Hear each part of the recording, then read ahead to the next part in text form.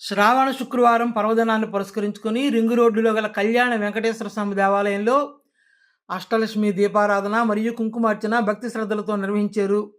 వెలుగు పరమాత్మ స్వరూపం. ఆ వెలుగుకు కారణం లక్ష్మీదేవి అంశ. వెలుగులను విరజిమ్మే రూపం దీపం. అంటే పరమాత్మ స్వరూపం లక్ష్మీ అంశల సమాహారం దీపం. దీపం ఇంటిల్లిపాదికి ఆయువు, ఆరోగ్యం, ఐశ్వర్యాలను ఇస్తుంది. దీపం వెలిగించగానే దీపలక్ష్మి నమోస్తుతే అని నమస్కరించాలని శాస్త్రాలు చెబుతున్నాయి. శ్రావణ శుక్రవారం పర్వదినాన్ని పురస్కరించుకొని రింగు రోడ్డులో గల కళ్యాణ వెంకటేశ్వర స్వామి దేవాలయంలో అష్టలక్ష్మి దీపారాధన చేశారు. 8 తత్వాల సమన్వయమే లక్ష్మిని సంపూర్ణంగా దర్శించే మార్గం.